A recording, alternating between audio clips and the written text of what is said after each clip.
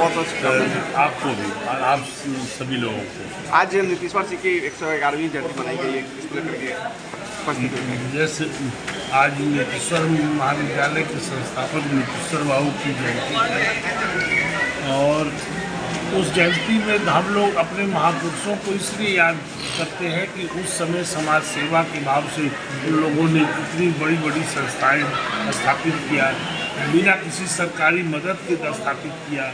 और उस समय जो भाव था, जिसे अब शिक्षण संस्थाएं खोलने का भाव है व्यवसाय करना, लेकिन उस समय सीधा भाव था कि समाज को आगे फैलाना और समाज सेवा करना। तो आज के कार्यक्रम के बहाने हम लोगों ने नीतीश्वर बाबू और वीरेंद्र बाबू तो दोनों लोगों को भावपूर्ण श्रद्धांजलि दिया है।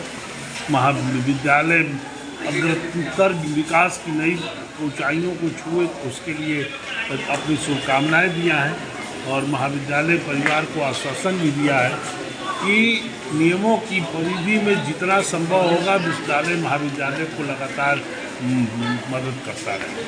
आज पुस्तकालय भवन का उद्घाटन भी। पुस्तकालय भवन इस महाविद्यालय की जान है, बहुत सुंदर है। मैं तो ये कह सकता हूँ कि अगर छात्र आएगा लाइब्रेरी में और पढ़ने का मन नहीं रहेगा तब भी बैठ के पढ़ेगा। तो बहुत ही सुंदर लाइब्रेरी थी।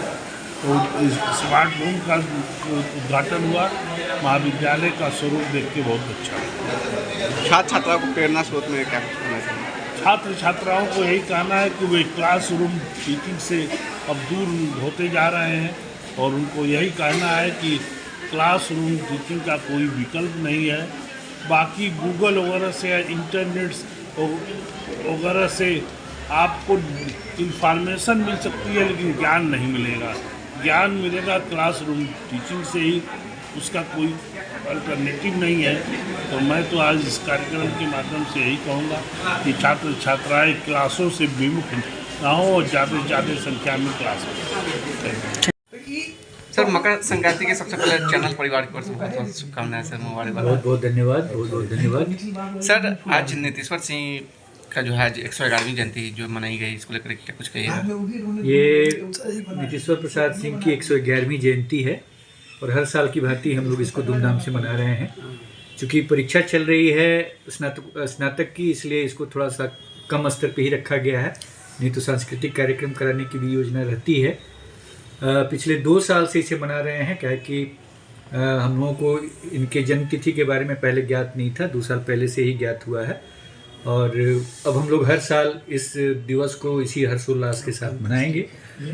कुलपति जी भी आए हैं। कुलपति जी ने इस महाविद्यालय की भूरी भूरी प्रशंसा की है और कहा है कि महाविद्यालय इसी तरीके से अपना उन्नति पे अपना कर्तव्य पथ जारी रखे और इसी तरीके से उनका आशीर्वाद हम लोगों को भी मिलता रहे। उन्होंने कहा है कि जो भी कॉलेज के विकास में जो भी आप पहल करेंगे उनको हम लोग पूरा करने की कोशिश करेंगे। आज कई सारी योजनाओं की जो शुरुआत की, उद्घाटन किया गया, खास करके लाइब्रेरी को जो है, लाइब्रेरी यहाँ पे बन करके तैयार हुआ है और उसमें पुस्तकों को ठीक से रखा गया है। इसे देख करके कुलपति जी बहुत प्रसन्न हुए।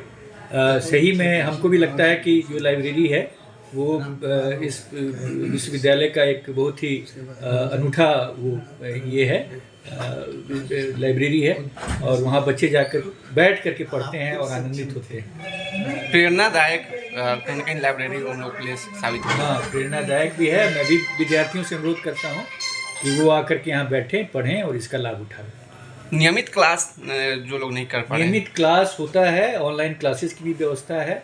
ऑनलाइन स्मार्ट क्लासरूम थी। जो त्रुटि होती है जब परीक्षाएं चलती हैं तो क्लासेस बाधित हो जाते हैं, तो उस समय ऑनलाइन क्लासेस के माध्यम से भी बच्चों को यहाँ के शिक्षक पढ़ाते हैं।